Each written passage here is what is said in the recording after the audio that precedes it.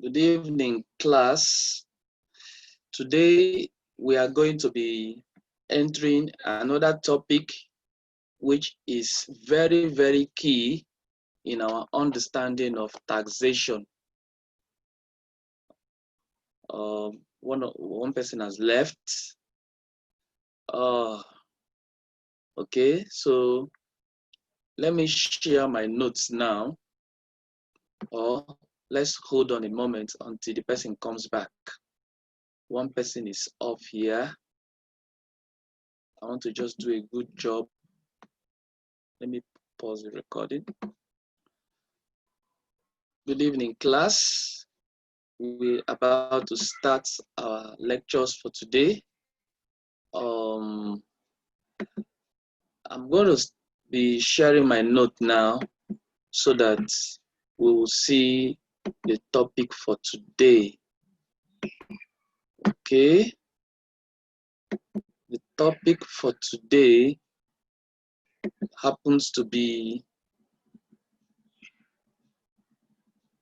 taxation of investment income. Taxation of investment income. Now, if you notice the assignment I gave you in the last class, taxation of personal income tax of employment income, you will find out that one of the question has investment in it. One of the portion of the question have investment in it. So you will see dividend there and you will see rent. At the end of today's class, you will be able to solve that problem. You will be able to solve questions that ask you to look for investment income. So, what are some of the class rules we must abide by? It is always good to mute our audio so that it won't distract the lecturer. Also, it is good not to start your video for whatever reason. Do not start your video. And what again? In case you're having problems connecting, maybe you were thrown off and all that, you've tried connecting and it's not going, I will advise you restart your phone and come up again. It will go smoothly. It's good to rename your device with your name, because if you see, I have the list of everybody I am supposed to admit. 7 of you here. I have the list. So as I'm admitting, I am looking at the list. So that's it. Okay. Let's start our class. Investment income. At the end of this topic, we shall understand what taxation of investment income means. Now, investment income is unearned income. We'll see that it is dividend, interest, rent, and royalty. We are going to look at the basis period for assessment or for taxation of investment income. You know, when we looked at employment income, we said it was actual year basis. When we looked at companies, we looked at sole proprietorship, as at when we are doing basis periods, capital allowances, and loss relief. It was for companies. You can also apply that for sole proprietorship. We said business income was preceding year basis. And I believe my colleague would have told you that for partnership, it is also preceding year basis, because a partnership is seen to be multiple of sole proprietorship. We're going to look at investment income and see the assessment basis period. We're going to look at investment income that are exempted from tax. And we'll look at allowable and disallowable expenses connected with the various investment income. And so we'll be looking at questions. We'll be solving at least 4 to 5 questions. After that, you'll be able to have confidence in doing that assignment I gave to you. Now, many individual taxpayers derive their income mainly from employment. Most of us here goes to work. We take a 9-to-5 job, and so we get paid. So what we are paid is employment income. We've discussed that on Tuesday. And we talk about trading or rendering of services. That was what we were talking about when we were doing basis period, capital allowances, is all for trading, rendering of services. Now, company gain their income mainly from carrying on business activities. That's for companies that are corporate taxpayers. When they carry out their activities, they gain their income. However, a few individuals go away from their line of trade and business to earn income by making investments. What do I mean? You are a company dealing in motor parts, but then you decide to buy shares in First Bank or GT Bank. So that shares you buy, you are not a stockbroker. So that is not your line of business. So you went to buy shares in that company. Or maybe you work with GT Bank as a staff, employment income. Now, normally that is your line of business. You are providing a service that they are paying you in GT Bank. But now you decide to put your money on fixed deposit, either with GT Bank or with any other bank. Trading with your money is different from your line of business. And so you find out that you go away to make investments. All these people that are telling you bring 5,000 naira and you earn 10,000 naira, what do you think it is? Investment. It is left for you to take that investment or not. But you see, when you go away from your line of business to do investment, you are earning what is called passive income. Investment incomes are income received primarily from investment decisions. These include purchase of shares, purchase of properties for letting or rental purpose. So you buy a land, you buy a house, you put it for rent, and you are doing another job. Your job is not just landlord. Your job is something else, and you invest. Now, placement of cash in fixed deposits or other interest yielding accounts, and so on. The income that accrue from these investments are called investment income. And broadly, we can see them in 4 different categories. We can see them in dividends, we can see them in interest, we can see them in rent, and you can see them in royalty. Now, there is something remarkable about this investment income.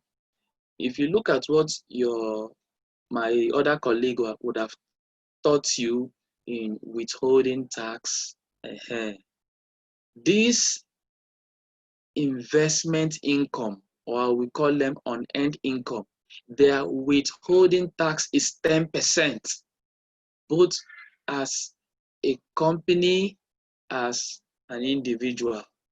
10%. So that is one thing you should just know. 10% withholding tax. Now, away from withholding tax, let's look at it again. What is the basis period?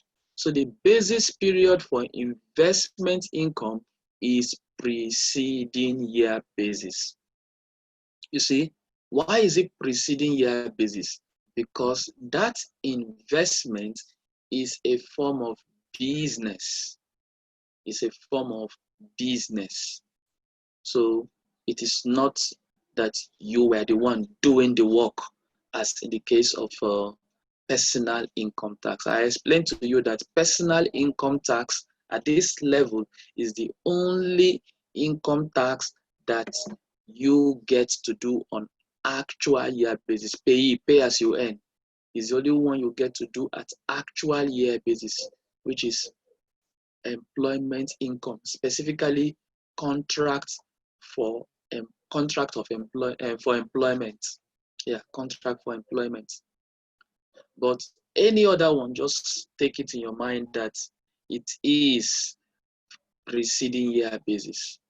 So we will look at some investment income and discuss them in details. Let's look at dividend income. Dividend is the profit distributed by a company to its shareholders in proportion of their respective shareholdings. So that means the only people that can give you dividends are companies. A business name cannot give you dividends. A business name cannot give you dividends. It is a company, LTD or PLC, most especially PLC. So you buy the shares of the company, you become a part owner, you become a shareholder. And so when the company makes profits, they will say, okay, we've declared dividends of so and so amount. And that's what they call dividend per share. This is different from earnings per share. Now, dividend per share is the dividend they are paying you. And so it is how much they have taken as dividend per share multiplied by the total number of shares that you purchase will become your dividend. Now, in relation to company not being in the process of being wound up or liquidated, that means the company is a going concern. The company is continuing operations. Any profits distributed, whether such profits are of a capital nature or not, including an amount equal to the nominal value of bonus shares. So even bonus shares, all of them are dividends. Debentures, securities awarded to the shareholders.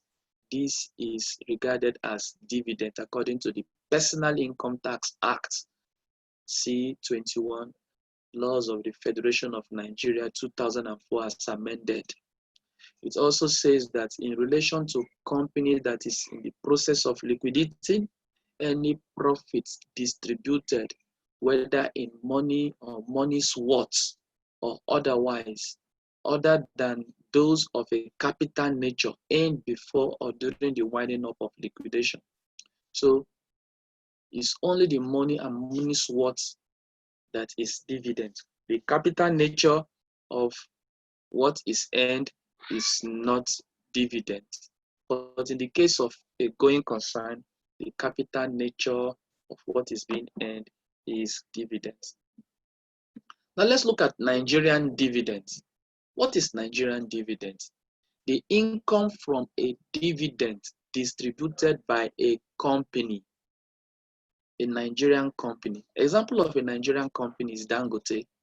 So income that Dangote, a Nigerian company, will be distributing shall be deemed to be derived from Nigeria. So now that means if Dangote, a Nigerian company, is in Nigeria presently and is distributing income or profits to its shareholders, it is deemed that Dangote has that profit that you are getting from Dangote is derived from Nigeria. Now, what if Dangote has a South African branch? Remember, Dangote is a Nigerian company by way of registration. Maybe perhaps I will teach you in one of my classes, I will teach you residency, the laws of residence, so you understand. Now, Dangote is in South Africa, but because it is incorporated in Nigeria, it is a Nigerian company.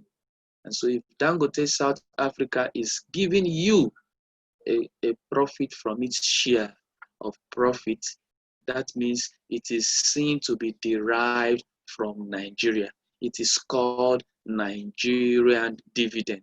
So why is it called Nigerian dividend again? Because the company paying the dividend is registered in Nigeria. It may be domiciled in Nigeria, it may be domiciled outside Nigeria, but the moment that the company is incorporated in Nigeria, any dividend it pays is seen to be a Nigerian dividend. Now, dividends paid shall be the gross amount. So you see I have highlighted gross amount. So what is gross amount of dividend? It means that if you are paid 200,000, let's assume that its dividend per share is 1 naira per share, and you had 200 shares, 200,000 shares, sorry. That means 1 naira times 200,000 is 200,000 naira. That is gross amount. What is net amount? Net amount means the withholding tax would have been deducted. The withholding tax would have been deducted. And what is the withholding tax? The withholding tax is going to be 10% of the gross amount. So 10% of 200,000 is going to be 20,000.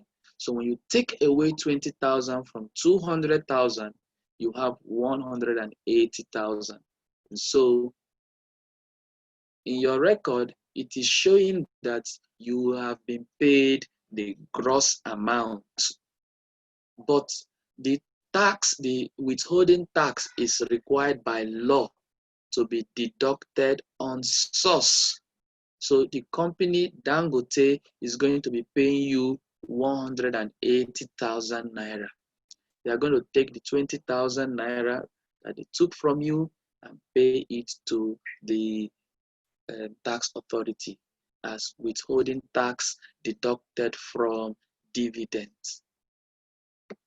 Now, the income from dividends distributed by a Nigerian company shall be deemed to arise on the day in which payment of that dividend becomes due. So if the dividend is due to be paid on June 12th, that is when the dividend has arisen. So that's it. Now, territory in which dividend paid by a Nigerian company arise. Now, they said where a dividend is distributed or paid by a Nigerian company, the dividend, whenever necessary, shall be deemed to be derived from the territory in which the recipient of the dividend resides. So we are now seeing a clearer picture. We see that if a Nigerian company is paying dividends from the payer's side of view, that is a Nigerian dividend paid from the payer's side of view. So that is a Nigerian dividend paid. So it is deemed that that money they are paying you is derived in Nigeria. So if Dangote is in South Africa, by way of incorporation, it is in Nigeria company. If it's paying dividend, that dividend from Dangote's point of view is a Nigerian dividend.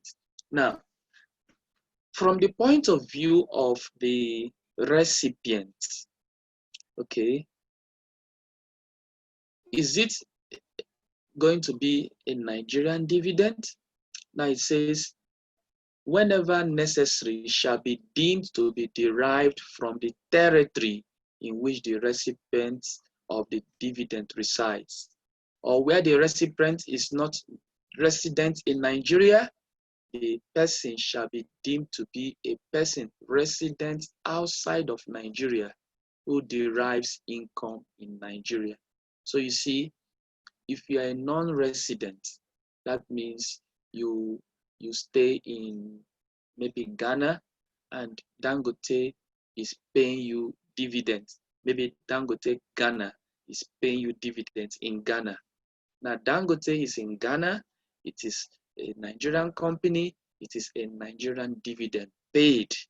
You who is in Ghana, you are not a resident of Nigeria, but you are receiving a dividend derived from Nigeria, and it is deemed that you are deriving your income in Nigeria by the fact that it's a Nigerian company paying you.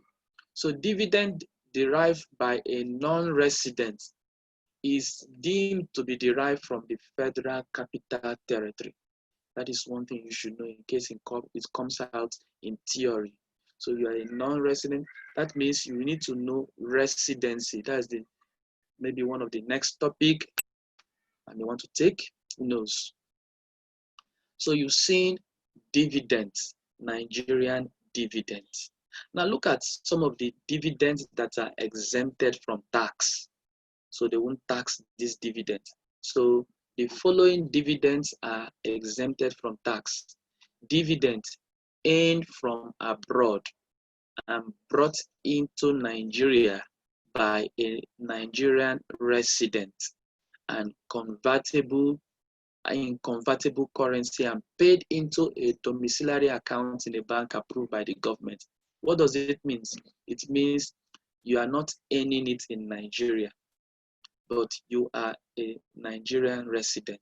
And that means if you, let me use somebody's name, let me say Chiamaka, a Nigerian, is earning dividends from MTN. Now, MTN is not a Nigerian company. It's a South African company. And so it is seen that the dividends you are earning from MTN is from abroad, South Africa. It is brought into Nigeria, and by definition of residency, you Chiamaka, you are a Nigerian resident. And it is paid, the money is not in Nigerian currency. That's another thing. It's not in Nigerian currency. It is in a convertible currency. So it's going to be in dollars that you can convert in Nigeria, it can be in pounds, and you put it in a domiciliary account. So you see, one, it must be earned from abroad. Two, the earner must be a Nigerian resident. Three, it must be in a domiciliary account approved by the bank. Now the next one is dividends distributed by a unit trust. So anything that is called unit trust, if they distribute dividend, that dividend is exempted from tax. You receiving it, it is exempted from tax. Now dividend received from small companies in the manufacturing sector in the first 5 years of their operations. So when small companies in the manufacturing sector pay dividends, it is allowable. And you that is receiving the dividend, it is exempted from tax for the first 5 years of their operation.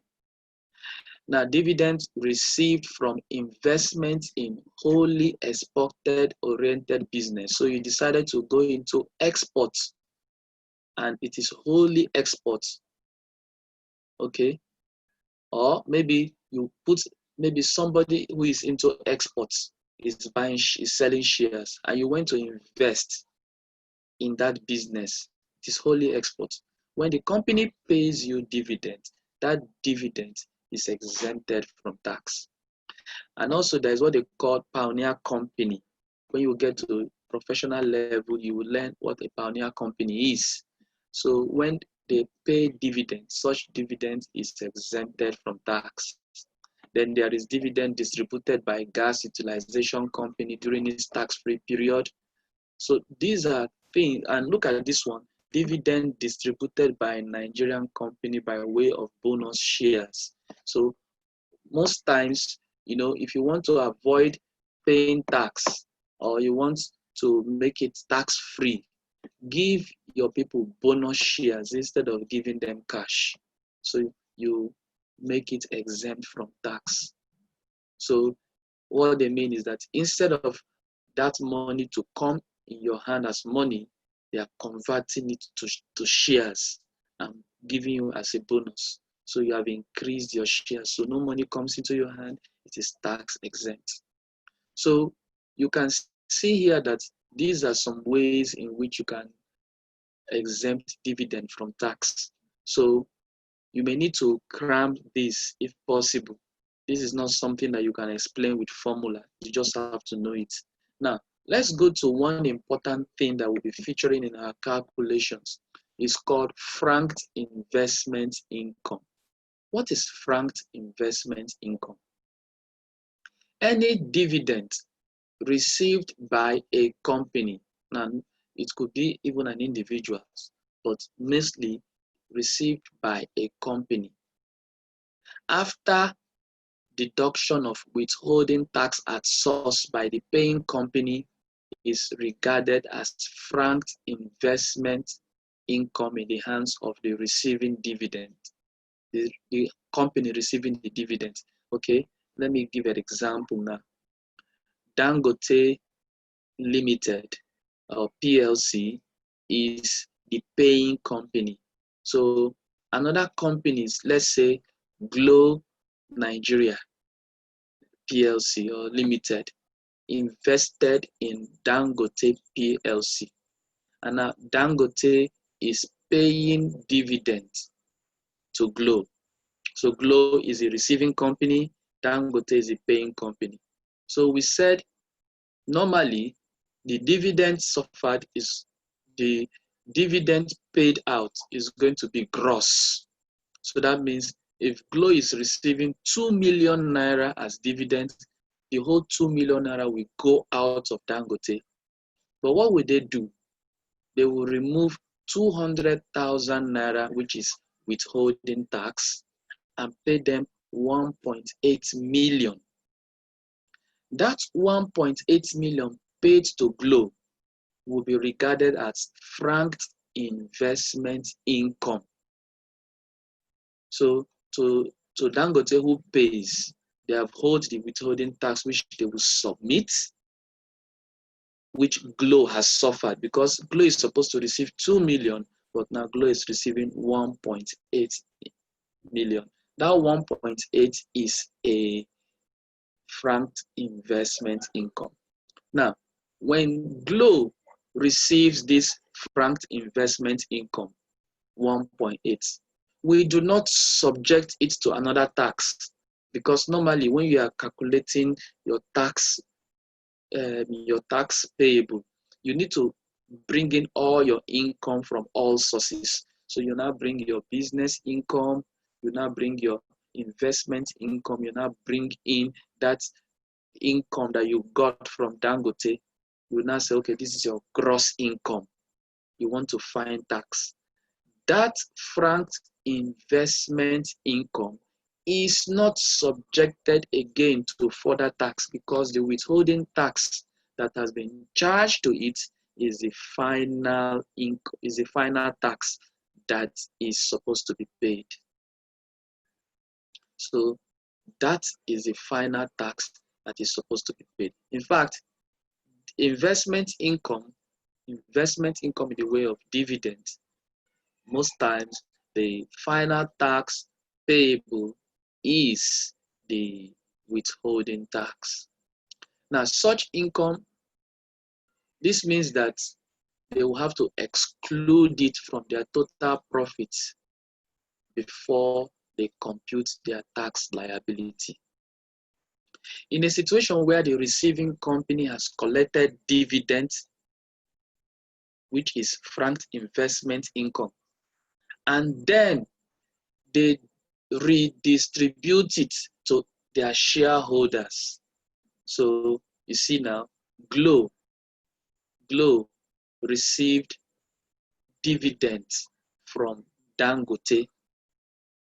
Now, because Glo received dividend from Dangote, company to company, you receive dividend from Dangote, it is called franked investment income. Glo also have people who buy in shares from them. And so they also want to pay. And they now use that dividend to receive from Dangote to redistribute to their shareholders. Now the shareholder, the company, which is Glo, has the right to withhold tax from the redistributed dividend. You know, so they suffered withholding tax when getting this, right? You know, the 1.8 million they suffered when getting it. And now they are kind of redistributing this 1.8 million to their shareholders now. They have the right to deduct tax, withholding tax that has been suffered by them to offset that one that was taken by Dangote. So this helps in preventing double taxation. So you see, they have suffered tax here and they're using this same 1.8 to pay their own workers. They have to take withholding tax. But this time when they take the withholding tax, they are not taking it because they want to go and pay to the government. Now, they are taking it to net off what Dangote has already taken to them, so that only Dangote will now pay the withholding tax. It's not that, it's because it's the same income that is being redistributed. So no need charging tax twice for it. Dangote has already charged tax on it. So, but these people are taking the tax to compensate for what was lost. Let's look at an example here to support what we say here. Example 1. I call it example Invest 01, Tata Limited. In 2000, that is in the year 2000, Tata Limited received a net dividend of 180,000 after the deduction of 10% withholding tax. Now, you don't even need to be told this statement after the deduction of 10% withholding tax. You just know that dividend, by law, it is a must that 10% will be deducted.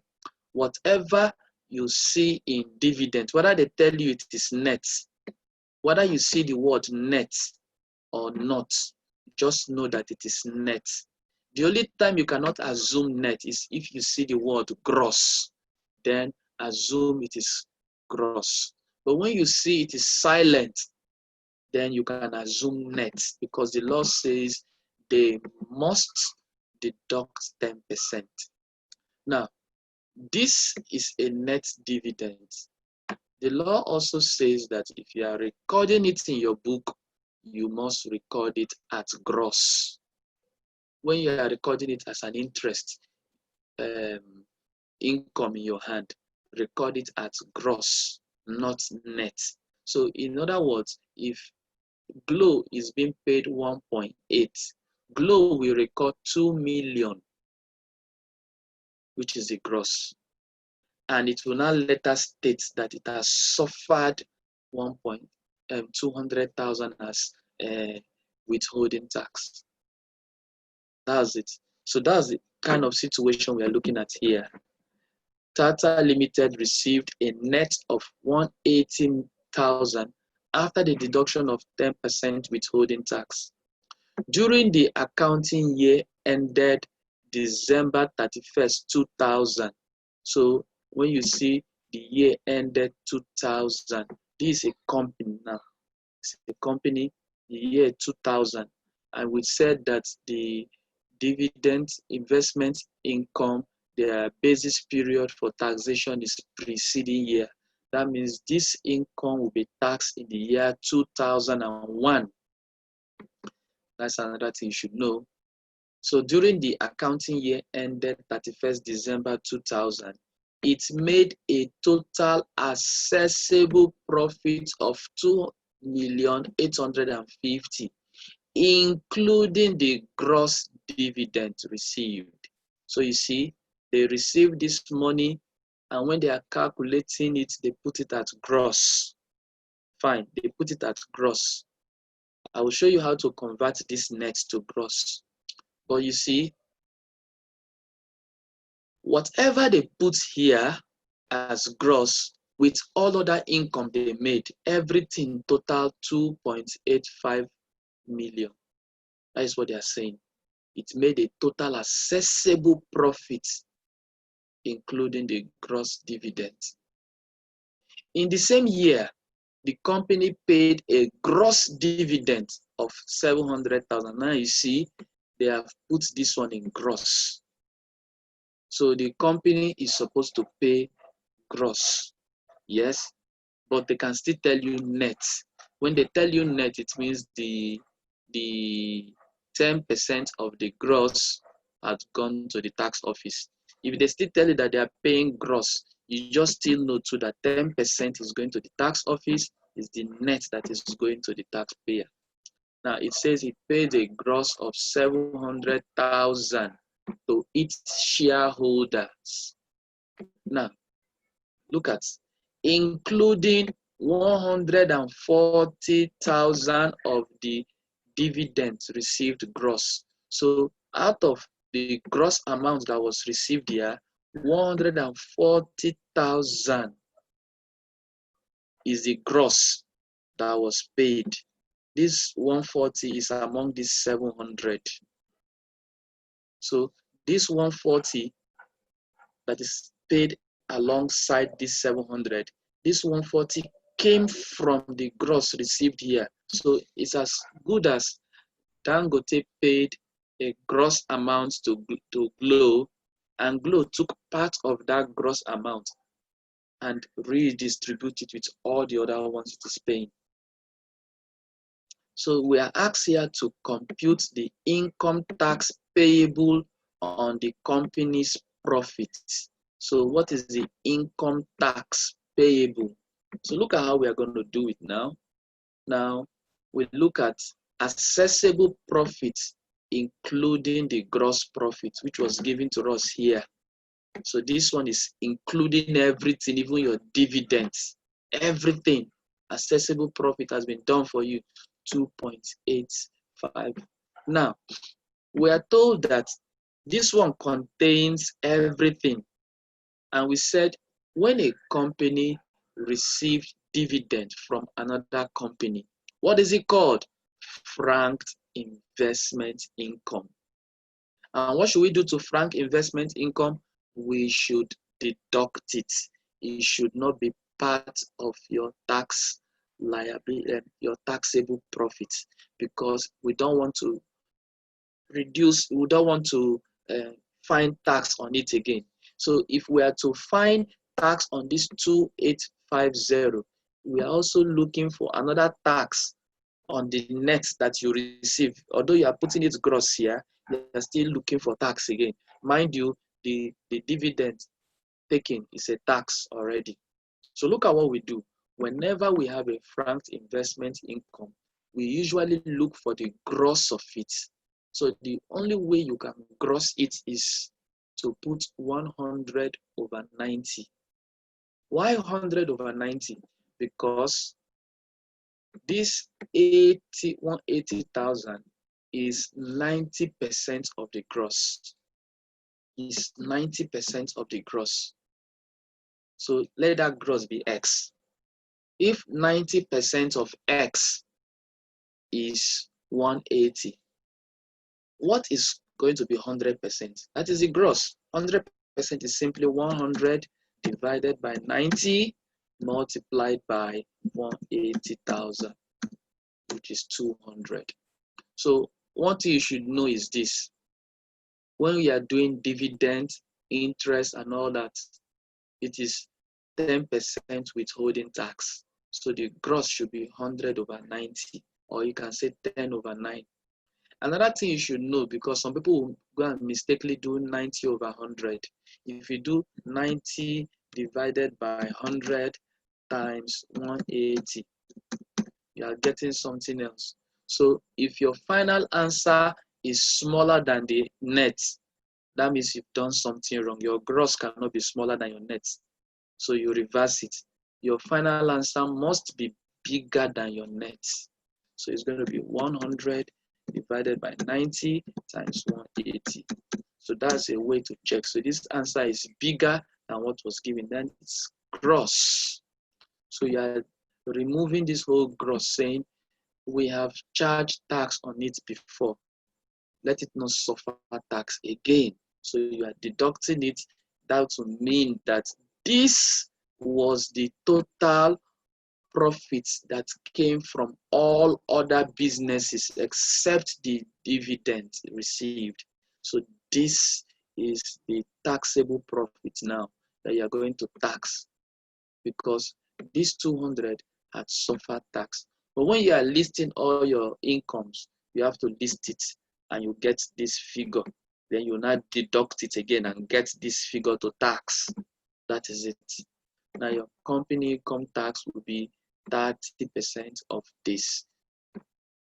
So you see, you are not charging this one again to tax. You have removed it because it has suffered 10% withholding tax. So that means this is the tax payable on the company's profits. The second part of the question says, compute the withholding tax due from the company. Now you see, in the area of withholding tax, the company suffered tax when the company suffered tax, withholding tax, when it was getting this 200,000. Now the company is paying tax, collecting tax again. So let's see how it's going to be done. How much gross dividends did the company pay? The company paid 700 as the gross dividend. That means that they are going to take 10% of that gross dividend. That would be 70,000 that they are supposed to remit to the federal government or to the state government, whichever the taxpayers are. Now, this 70,000, we find out that 140 of it, 140,000 involved in it, is redistributed. So all you need to do is you look for 10% of this 140, which is 14,000. So this 14,000 had been suffered inside here when they were paying this money to them. So it gives you 56,000. Another way you can do it is this. 700,000 is the gross money that you are paying to your dividends shareholders. Then this is 140 that you receive that you are redistributing. So remove the redistributed, you get 560,000. Now just look for 10% of 560,000. This is what you remit to the government as withholding tax due to the authorities. So you see the two ways you are going to do it. This is what you are paying to your shareholders. This is the redistributed from what you received that has suffered a franked dividend that is part of this money. So you remove this from this to get the difference and you find 10%. I think we are clear with example 1. Let's get to interest income. Now, interest income is just like dividends, but this time, this is interest on money that is lent by an individual or executor or a trustee outside Nigeria to a person in Nigeria who is resident or present in Nigeria at the time of the loan shall be deemed to be derived from Nigeria. Now, if there is a liability to pay in Nigeria of the interest regardless of what form the payment takes and wherever the payment is made. Interest accrues in Nigeria to a foreign company or persons regardless of what form the payment takes or wherever the payment is made. Fine. Now, interest from a source outside Nigeria. When an individual is resident in Nigeria, that means he stays in Nigeria for a period of 183 days in any 12 months period. The interest accruing to him from a source outside Nigeria is liable to tax in Nigeria if the money in the interest is brought into Nigeria, subject to what we call double taxation provisions. That's what you learn when you get to your professional level. So all of this could just be a write-up or theory part. Now let's look at interest exempted from tax. That's the important thing. The following interest incomes are exempted from tax. Interest accruing to a person on foreign currency domiciliary account. So you see that once there is a domiciliary account in question, once you put your interest is in foreign currency domiciliary account, it's exempted from tax. Then interest accruing to a person who is not a resident in Nigeria specified below. All these things, you just have to remember them. The interest on loan being charged on public revenue, the interest on bond issued by the government of the Federation to secure repayment of loan.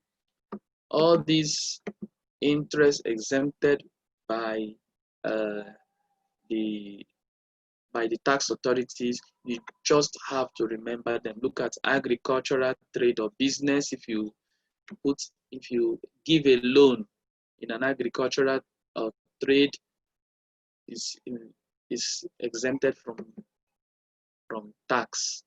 Fabrication of any local plants and machinery. So you see, these are just contents you have to remember. So look for a way to remember them. So you see, there is no calculation because some are similar to dividend. And so interest too, like dividend, whenever it is being paid to you, it is paid net. So dividend, net, interest, net. But when you are recording it in your books, you record them at gross. That's it. You record them at gross. But when you are receiving them physically, you're receiving them at net. So if you are just looking at how much, if anytime you see your share certificate and this is the amount they pay you and they paid you, just do 10/9 of that amount. You'll get the gross money that is supposed to pay you.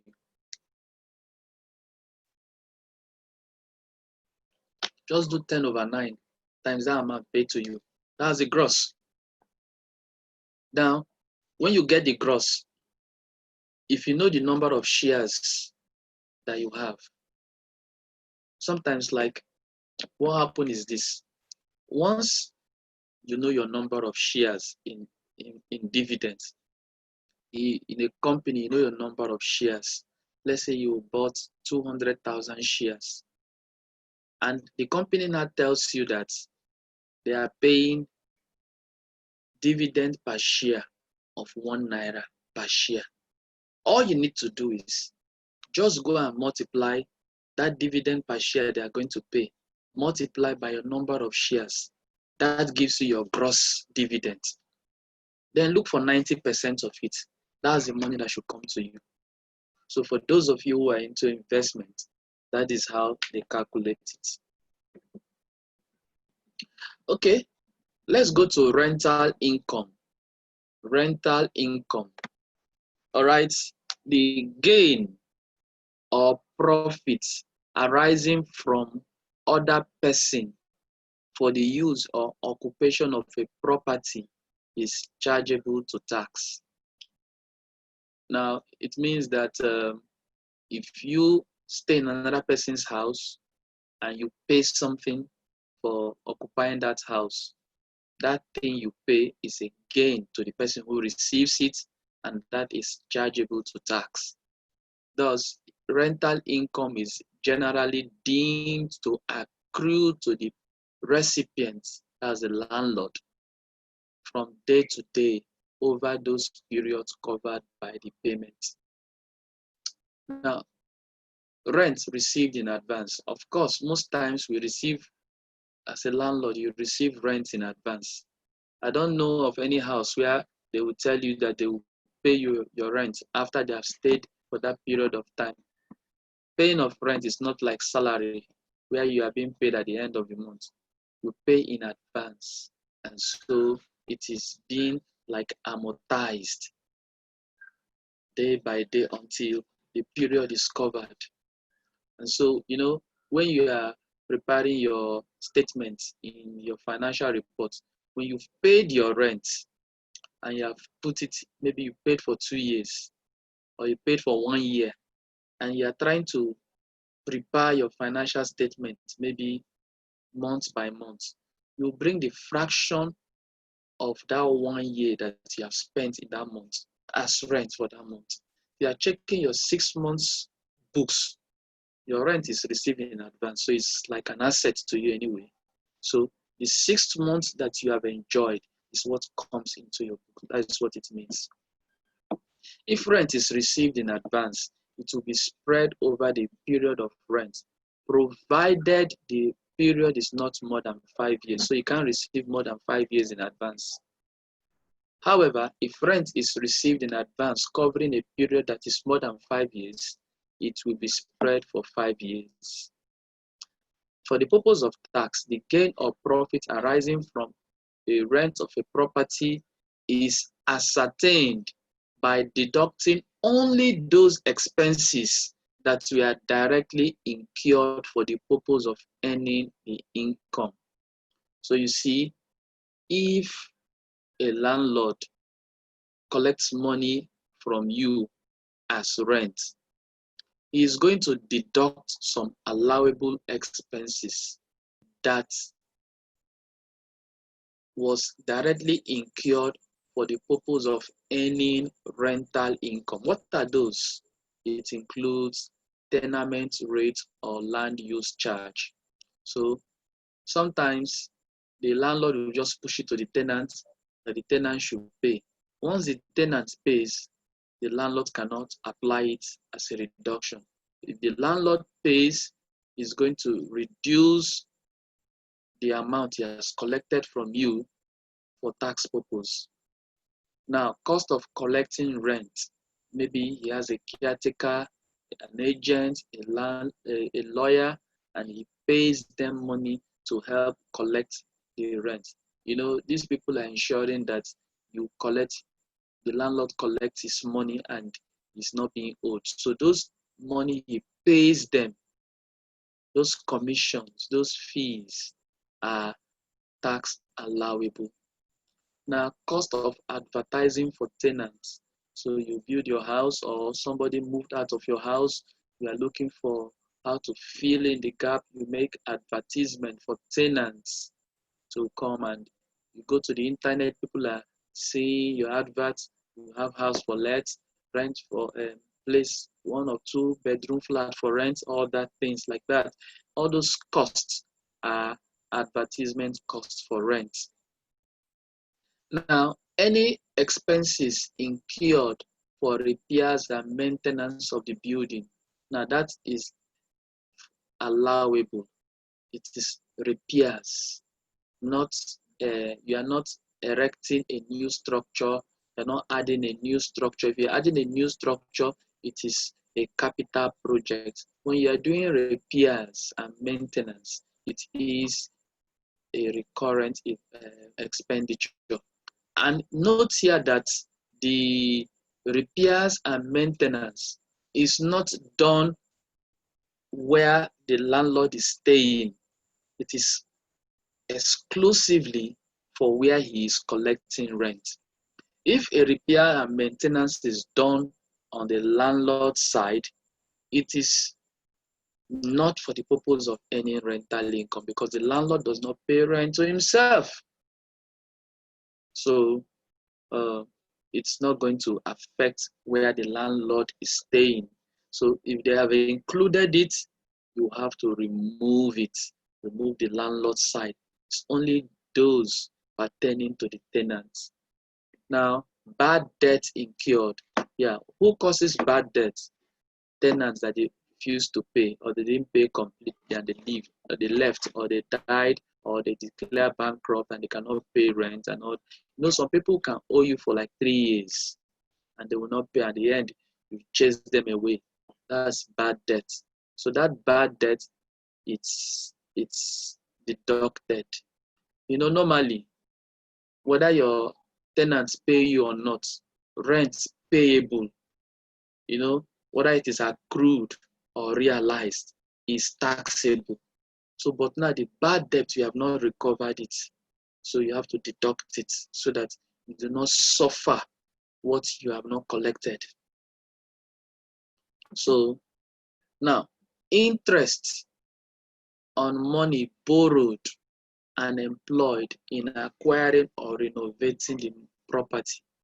Now, take note, this is different from money spent on money borrowed. It's different from the money borrowed, the principal borrowed. It's different from the money you spend in repairing, in acquiring the property or renovating the property. Is different. Those ones are capital in nature. If I spend 1 million naira renovating my property, that money is capital project. If I collected 1 million naira from bank as principal, that is capital. But you see the interest you are paying is the finance charge. The interest on the capital is what we are talking about. So you can see where interest has come in now. Interest payable and interest receivable. Now see, interest you paid is allowable. Now, commission paid to an agent or caretaker is something like these fees for collecting rent. It's allowable. Insurance premium paid on the property. So you insure your property against fire, against burglary and all that. You see, that insurance premium is deductible. Now, as long as you are using the house is for let. If the house is for personal use, this insurance does not come in. This interest does not come in. You cannot incur bad debts. Repairs cannot come in. Cost of advertisement cannot come in. So you see, everything should be towards earning an income. Then water rates. Once the landlord pays water rates, it's allowable. If the tenants pay this water rate, the landlord cannot claim. Now look at disallowable expenses. Now, all disallowable expenses include any expenses not incurred for the purpose of earning rental income. So anything that you made, the expense you made in the landlord's favor, in the landlord's private residence. Let's say you repair the landlord's side, the tenement rate also contains part landlord is staying, also the water rent is paid, part of it is enjoyed by the landlord. You remove that part because it is not incurred for the purpose of earning rental income. Landlord is not collecting rent from himself. Any expenditure of a capital nature, I've explained that renovating is not repairs. Erecting a structure is not repairs and maintenance. You are making a capital project. Any expenditure of a capital nature, so you spend to make that. Now you borrow, even if you borrow money, the principal you borrowed to make that repairs and to make that expenditure, even if you borrow money to do repairs, is you borrowed money, so it's a capital item. Is the interest that is allowable. Depreciation of the building is not allowed. One of the reasons why depreciation of the building is not allowed is because since it is for commercial use, you can claim capital allowance. So You add back your depreciation because it's not allowed, and you deduct capital allowance, which is allowed. So allowable rental expense, one of them could be here, capital allowance. Appropriation of profit, including income tax, drawings, reserve, and so on. Appropriation of profits.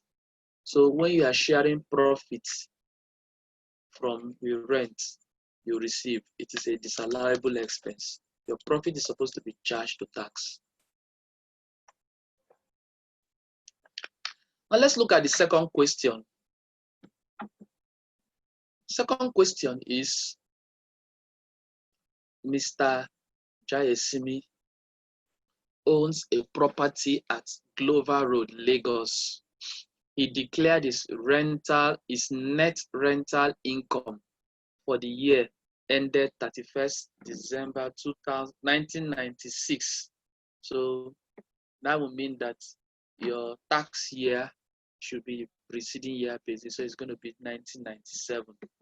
Now look at the rent he received gross. I need to tell you that rent is always received gross. When you are paying your rent to your landlord, normally it is assumed that it is gross. It is gross.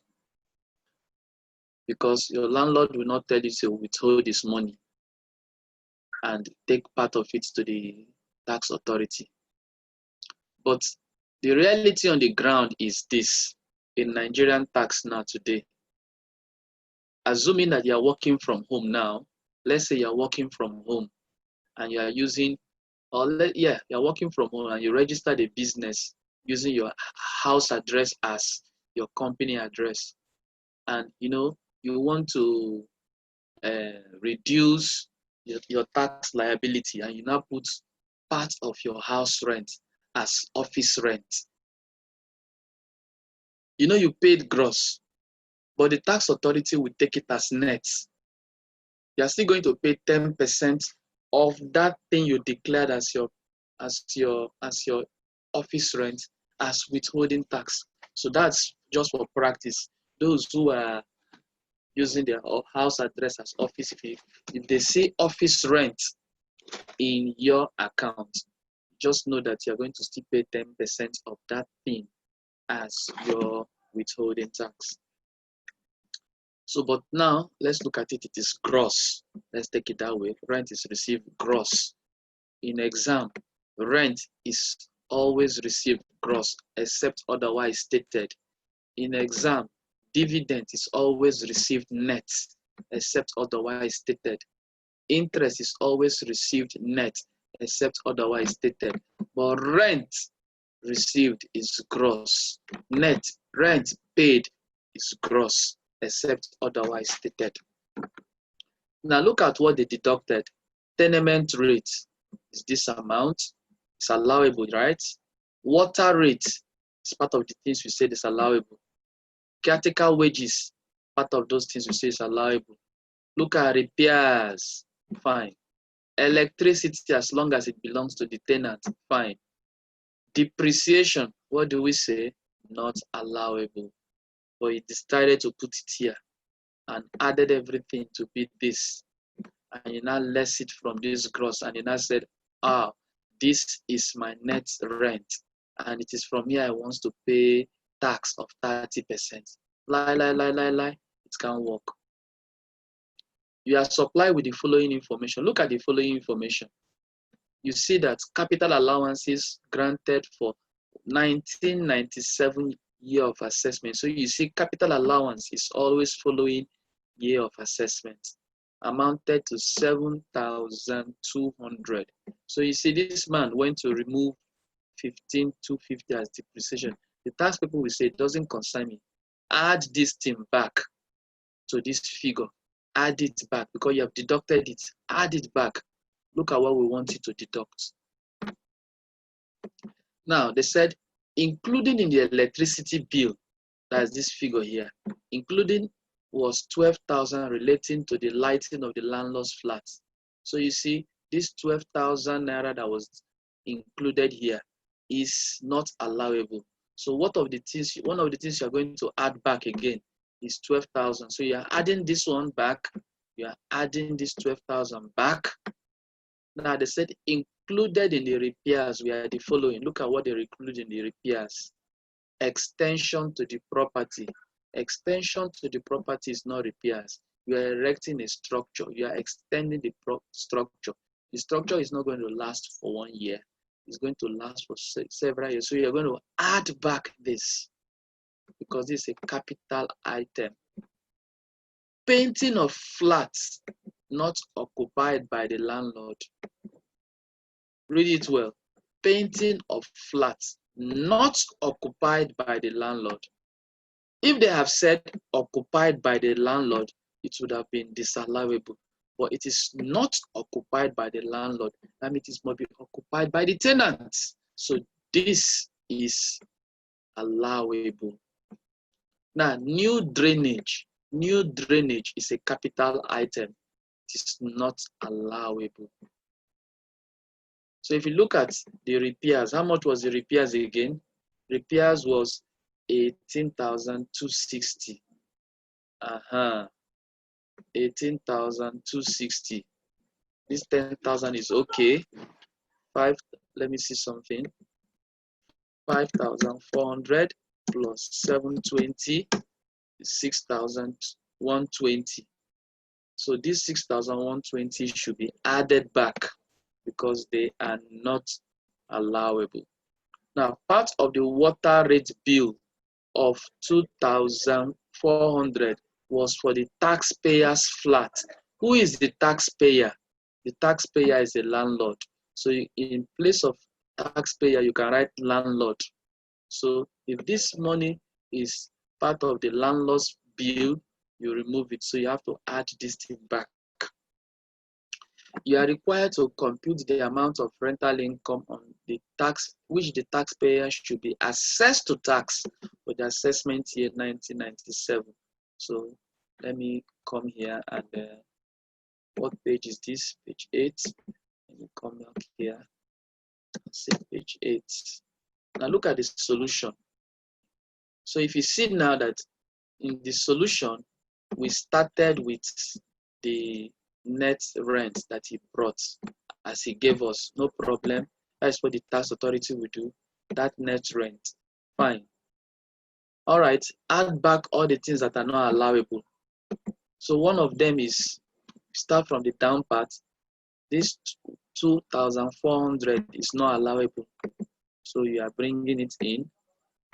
The next one that is not allowable, we said this 720 and this 54, they are not allowable. 54 and 720, they are not allowable. We also said again, going up, that this 12,000, which included lighting of the landlord's flat, is not allowable. So you see, we have added it here. It's not allowable. Always start with the workings and with the additional information before you go to the body. So you look at it now. This capital allowance should be used. It has not been used, no problem. Now we'll finish. We said depreciation is the only thing we noted here at that time that was not allowable. So you bring your depreciation. So you add up all these things. When you add up everything here, it gives you 35,770.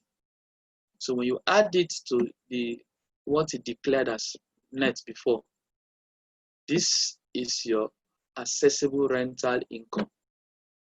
Of course, when you are adding back your depreciation, you must remove your capital allowance because it has not been used. So your capital allowance of 7,200 will now be deducted. So everything is 100,100. That is your rentable income. They are not asking you to look for tax. They have asked you to look for rentable, taxable income. Assuming you are to look for tax, you look at the taxpayer. It's a person, Mr. Jayesimi. So you bring your tax table, 7% at first 300 at 7% like that. But in this case, we are not going to do this. I'm not going to do that. What you're going to do, because this, okay, let's suffice. There's a question that will deal with that. Now look at royalty income. Royalty income. Let's talk a bit about royalty income. Royalty is a payment to an owner for the use of property, especially patents, copyrighted works, franchises, or natural resources. Now let's give example of a royalty. Let's say this popular musician, Two-Face, he now sings and he copyrights his property and he takes it to Kenny's Music Production, that they should use this music, sell it, and make profit from it. They are going to be paying Two-Face what they call royalty for that copyrighted work, for that patent, for that property. Is the legal owner. But Two-Face is not the one selling the CDs. Kenny's Music is the one selling the music to make business. So they are going to pay royalty. Also, another where you can see royalties in the oil companies. When they come to do business in Nigeria, they pay royalty to Nigeria. So they are paying royalty. Royalties are often expressed as a percentage of the revenues obtained using the royal owner's property, but can be negotiated to meet specific needs of an arrangement. So you can say royalty of say 10%. So it is always expressed in percentage. Sometimes too, royalty is also expressed to meet a specific need. We can say royalty payable is 10%, but there will be a guaranteed amount because, Two-Face might be there and Kenny's Music might sell and sell and sell and produce more. And Two-Face will say, let me have my revenue, my royalty now. They might say, there's no money, we didn't sell. It doesn't concern Two-Face now. There must be a guaranteed amount. Whether there is business or not, whether the royalty you are supposed to pay me is short or not, you must pay me this amount. Yes, that is how it is in royalty. So there's what they call royalty payable, shortfall of royalty. Whether there is shortfall or not, there's a guaranteed sum you pay. Royalty exempted from tax. Royalty in from abroad and brought into Nigeria shall be exempted from tax, provided that such income is brought into convertible currency and paid into a domiciliary account in a bank approved by the government. So the same thing is figuring again out in royalty. We saw it in interest, we saw it in dividends. Now let's look at a question that has royalty. Or this one does not have royalty, but it's still investment income. Let's look at it now.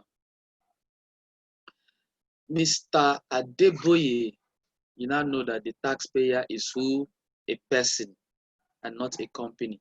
Now, let me remind you, the difference between a taxpayer who is a company and a taxpayer who is an individual is just the tax rate.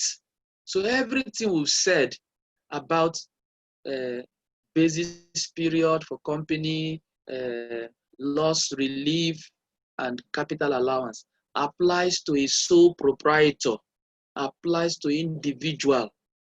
The only difference is two things. Company pays 30% of tax, while individual will have a graduated rate. That's one. Company pays education tax on accessible profit. Individual does not pay. These are the only two things. So now you look at the man here is Mr. Adeboye. So look at what they said.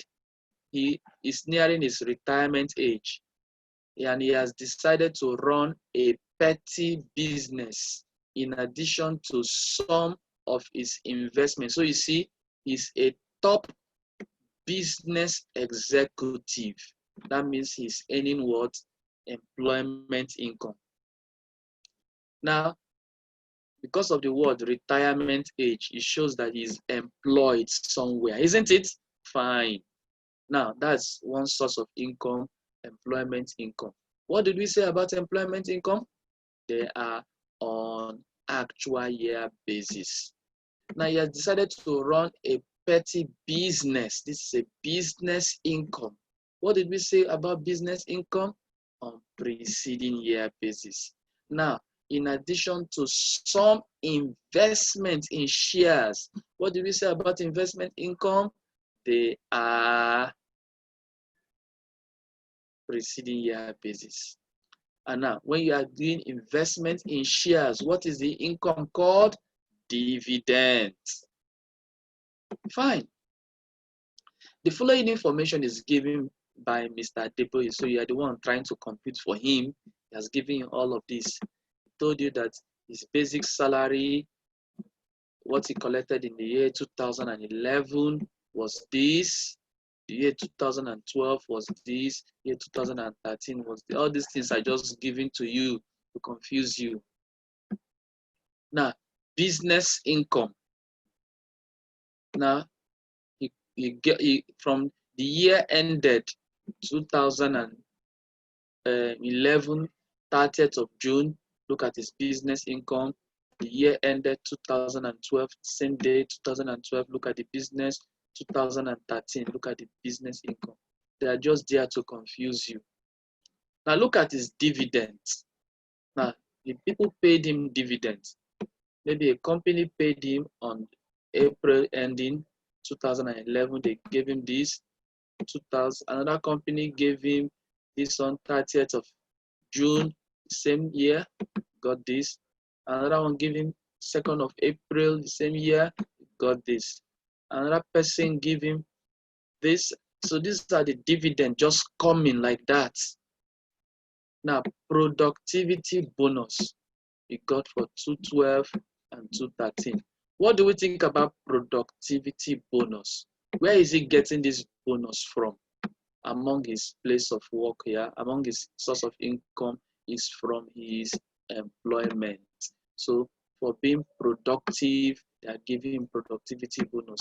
The business is not giving him productivity bonus, neither is the investment giving productivity bonus. So it is going to come from his employment. Now, he now said rent from the property. Now, look at the period here, 2011 to 2013. So you have been seeing 2011 to 2013, 2011 to 2013, 2011 to 2013, 2012 to 2013, 2011 to 2013. So look at the rent he received 2011 to 2013. So you see, he's also a landlord. Mr. Adeboye has 6 children, all of whom are in secondary school. It's of no significance to us in tax.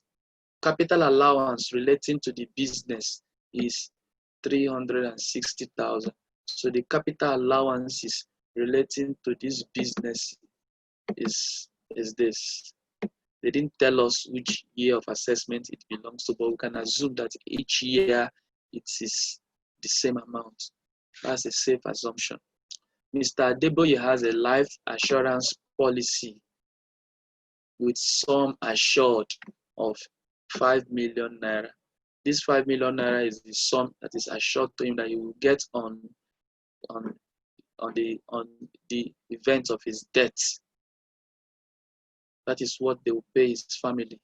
But look at what he's paying every year as annual premium. So this is what is of relevance to us. This 150,000 is what is tax allowable.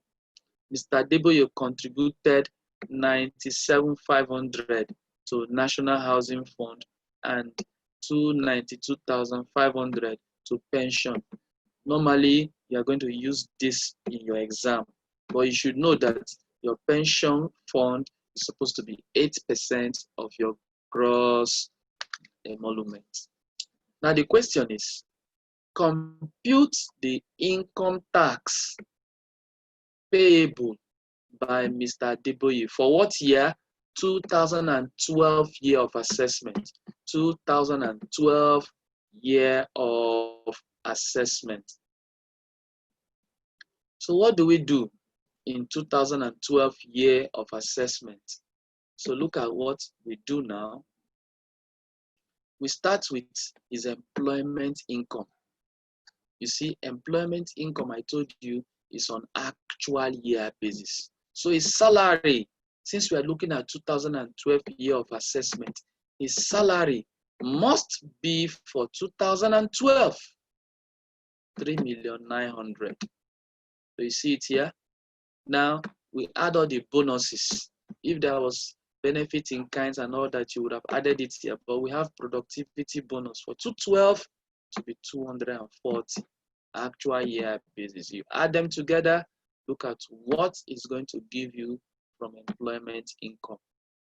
4,140,000. Now look at his business income, and I said it's going to be on preceding year basis. So if we are looking at 2012 year of assessment, the business income must be 2011. So what do? Where is the one of 2011 year ended? 5,400,000.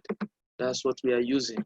Then there's going to be a capital allowance. They said relating to business, 360. So what do we do to capital allowance?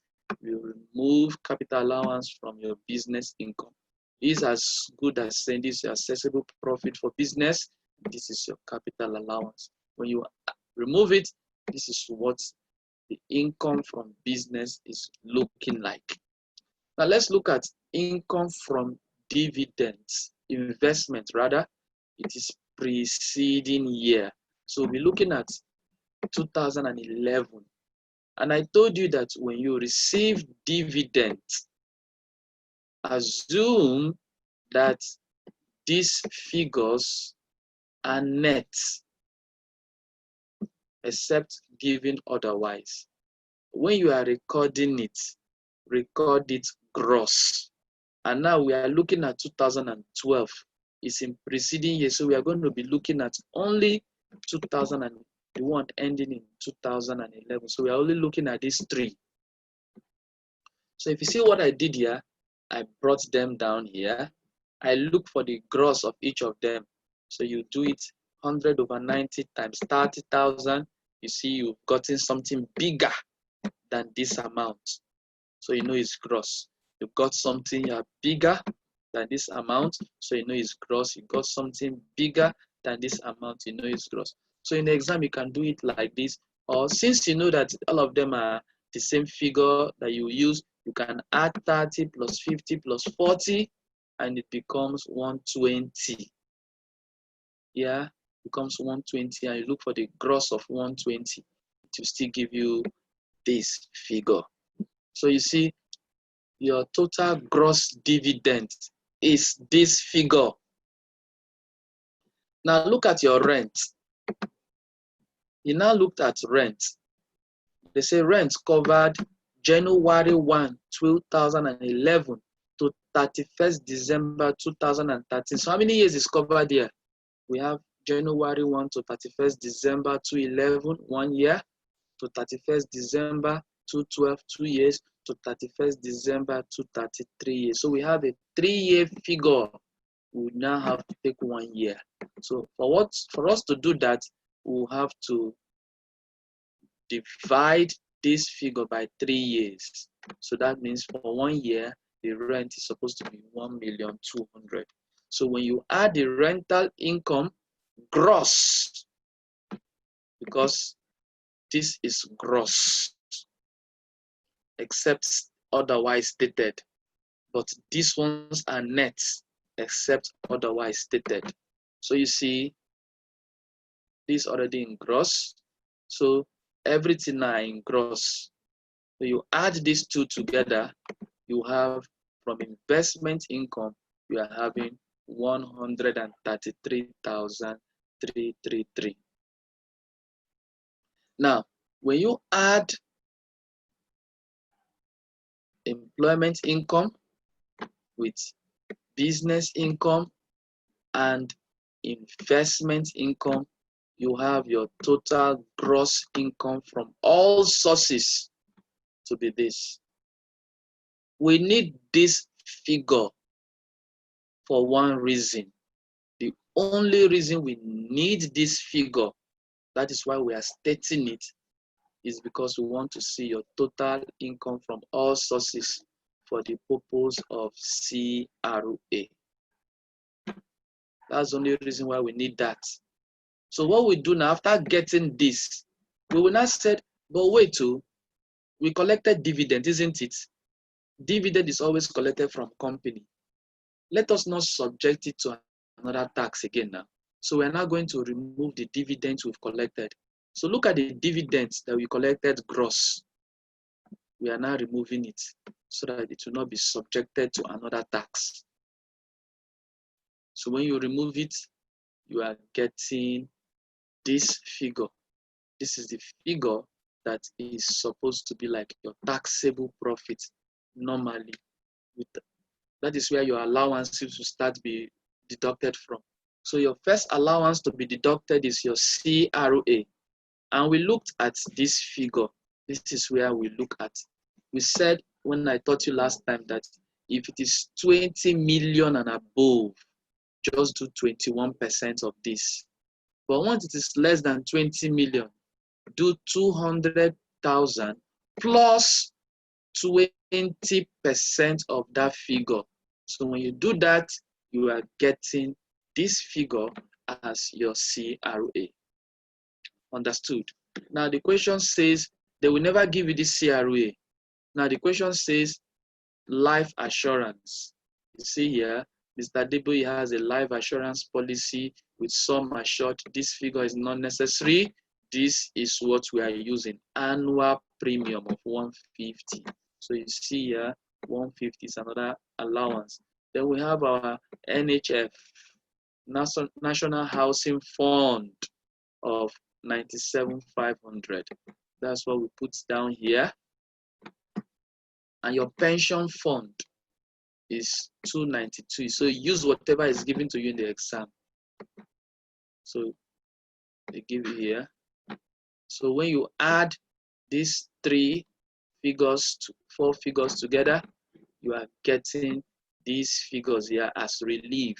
So you are relieving this amount from this amount here to get your chargeable total income of 7,537,333.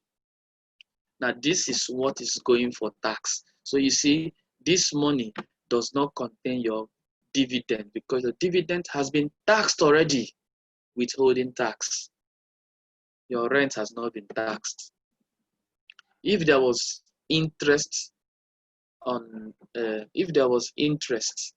interest would have been taxed, but you can be subjected to further tax. But dividend does not be subjected to further tax. So let's look at it.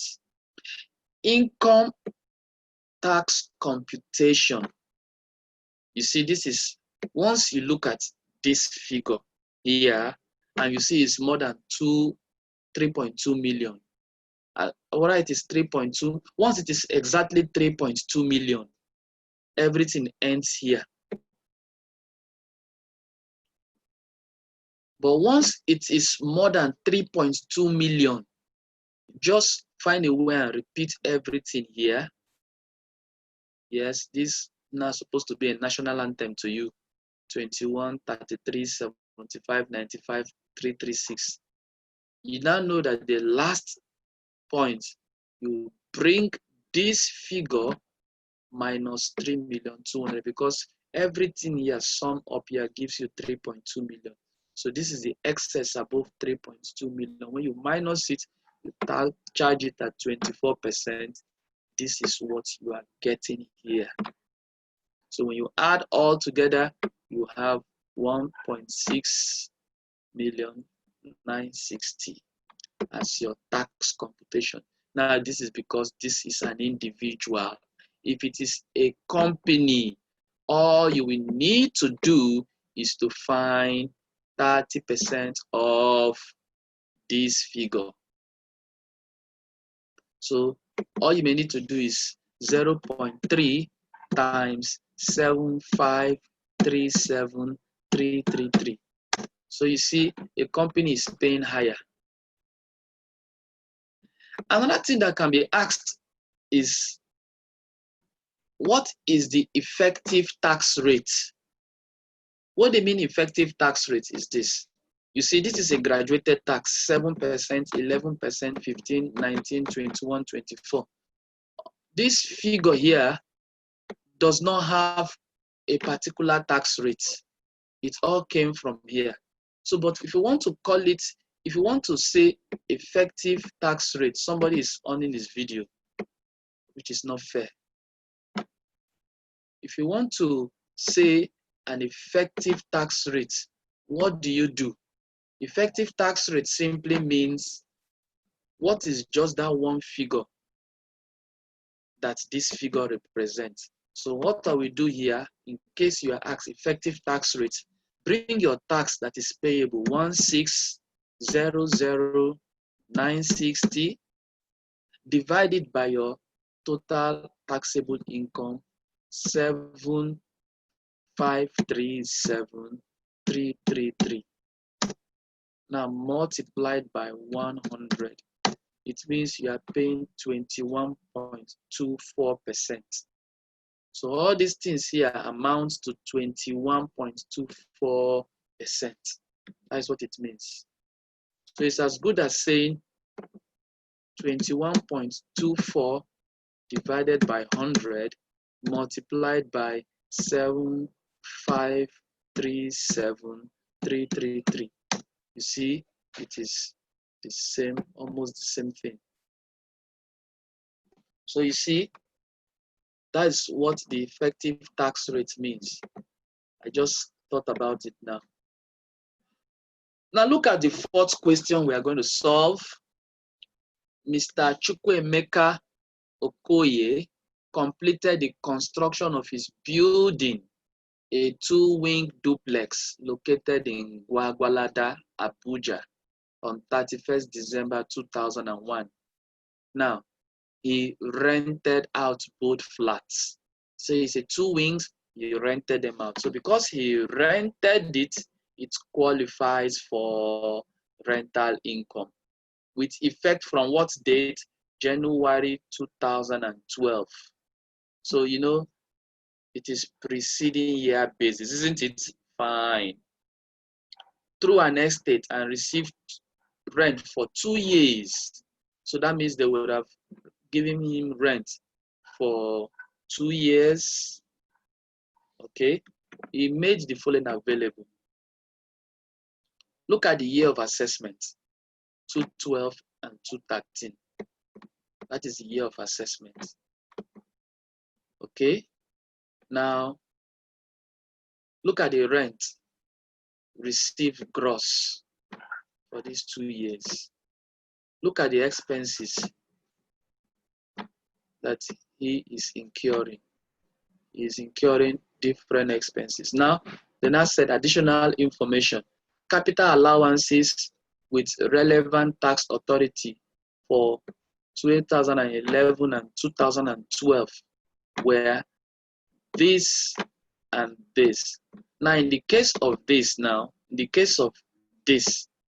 the capital allowances here, they didn't tell you in the year of assessment. These capital allowances now will have to be 2012 and 2013. 2012 and 2013. Now we also have repairs and maintenance comprised of the following. Look at this repairs and maintenance. Repairs and maintenance here is 220. If you add this figure with this figure, it is 220. Here is 450.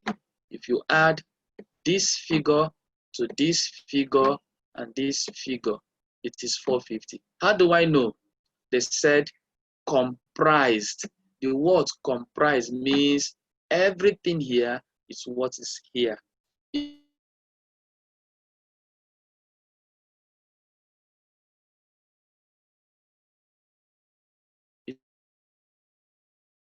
it might not be all. But when they use the word comprise, it's showing you all. So what do?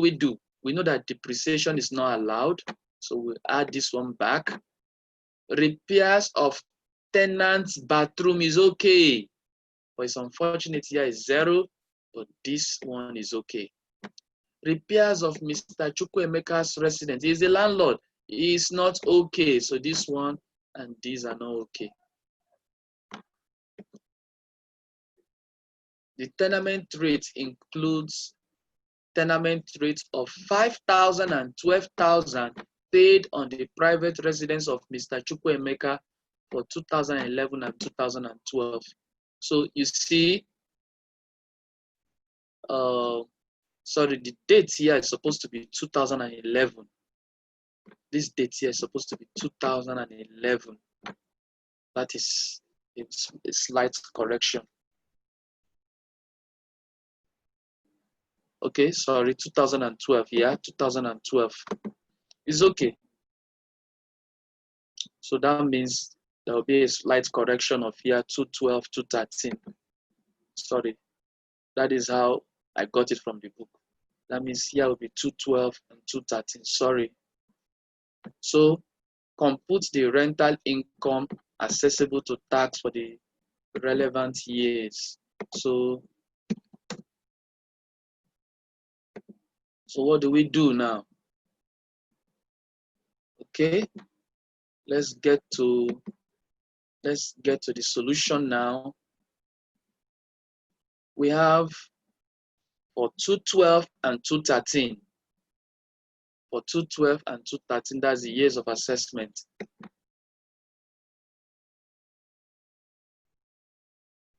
So that means it's a mistake. Then it's supposed to be, this is supposed to be 213 to 214. So just correct it. This is supposed to be 213 and this is supposed to be 214 because it's preceding year basis.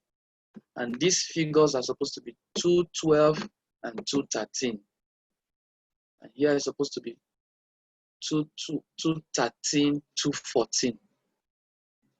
So because capital allowance follow year of assessment, we change here to 213, 214. This one will be 212, 213. And this one will be 213, 214.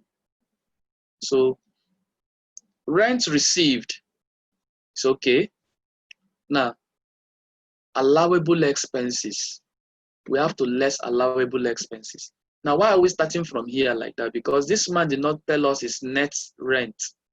So we are starting from the beginning to do the right thing. So we look at it. Rent received is 3535. Then we look at those workings. We look at repairs and maintenance. Is there any adjustment to repairs and maintenance? Yes. We said comprise of, this one is not going to be included. This is not going to be included. This is the only amount included. This and this. So you see it here. It has been included here as qualifying for deduction. The next thing is water rate. Is water rate? Yes. Let's see whether there's any adjustment to water rate. Let's see.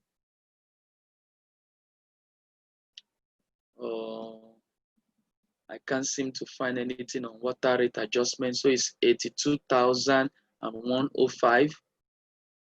So it's the same here. Agency commission, I didn't hear anything about that. Professional charges, stayed the same thing. I didn't hear that. Insurance, nothing. Caretaker's wage, nothing. Then there is tenement rate. There is tenement rate. So because I'm going them as it is here now, there's tenement rate, which is the last thing here. Thank God the man did not even put depreciation. So tenement rate, we have 25 here and we have 32. And we are told that 5,000 is included in the landlord. So you remove the 5,000 from 25 and you'll be getting 20. If you remove 12,000 from 32, you also be getting 20. So that's how we got 20, 20 here. So you add all of this, you have this figure here. Add all of this, you have this figure here. You less it from the rent received. This is going to be your assessable rate, assessable rent. Then you now bring in the capital allowance to be deducted. The capital allowance we are giving to us here for the year of assessment. Where is it again? Yeah, look at the figures here. So just note those changes. This is 212, 213. This 213, 214. This 212, 213. This 213, 214. So that is how it's going to be. So your chargeable rent is going to give me this, and it's going to give you this. So it is from here that you'll be paying tax. So this is where they will charge you your tax. Now, let's go to the last exercise for today, which is exercise 5. It's a short one. Nelson's and Son Limited is a company owned by members of the Nelson family. It issued share capital of 20 million ordinary shares of ₦1 each, held by the following people. Look at 4 people holding this. So if you add all of these shares, this is 20 million shares. Now for the year ended 31st December, the company made a net profit of what? 53 million. The company has not paid dividends since it was established 8 years ago. Now look at what the Federal Inland Revenue says.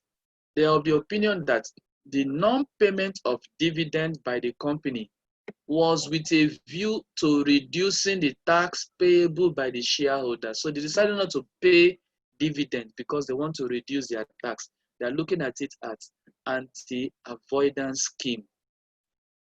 In exercise of the powers conferred on it by the Companies Income Tax Act, the FROS has directed that 15,900,000 of this profit here should be treated as having been distributed as dividends. You don't want to distribute dividends, no problem. We are taking this one here as if you have distributed the dividends. So if you like, don't go and distribute it. We are taking this as having been distributed. Now, compute the amount of income in the hands of the shared holders. So look at what we'll do now. It is as good as saying that they have shared 15,900,000. So what we will do here is William Nelson, he has 8 million shares out of 20 million shares. So what will be his share of income? 8 million divided by 20 times how much are they sharing? So that means this is the dividend that is coming to him. This is the dividend coming to him. The same thing you do for Samuel Nelson. This is the dividend coming to him. The same way you do for Tamara Johnson. How much is his share? How many shares divided by the total shares times how much they are sharing? This is his deemed amount. Do for everybody. If you add all of this, it gives you 15,900,000.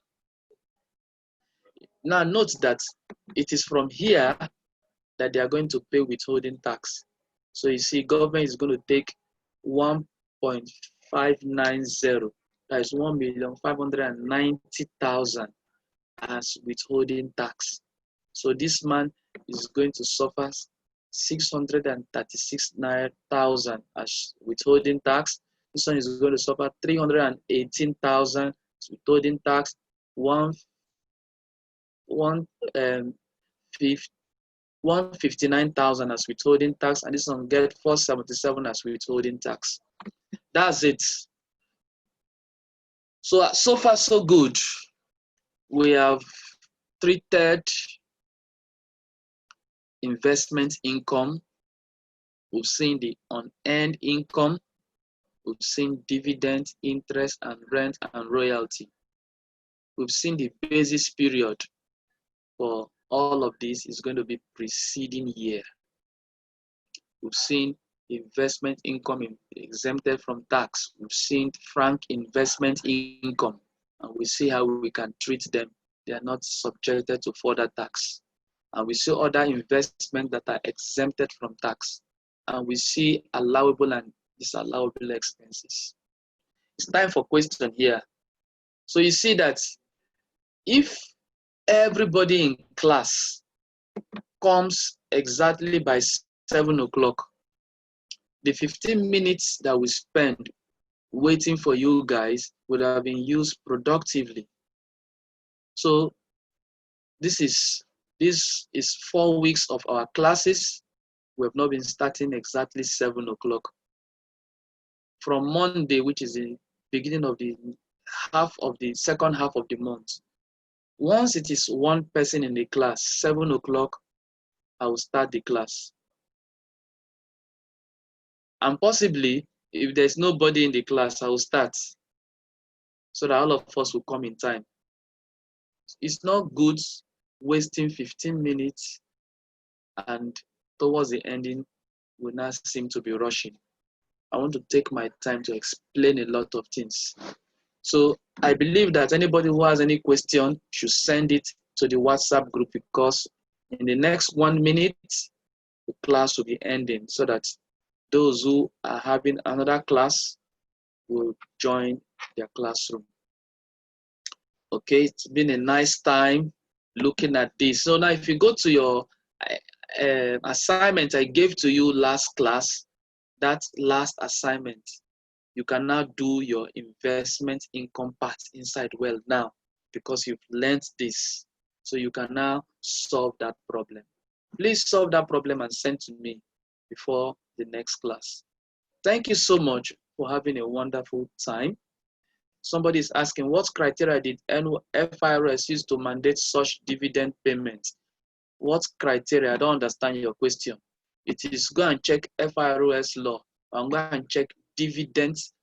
Go and read about dividends. I can't answer that now because the time is very, very short. Another class will be taking over the platform. So I want you to go and Google this question on Google search, and if you don't have any much information, you can still come back to me on the WhatsApp and we discuss it. Thank you so much for the wonderful class. Have a nice day.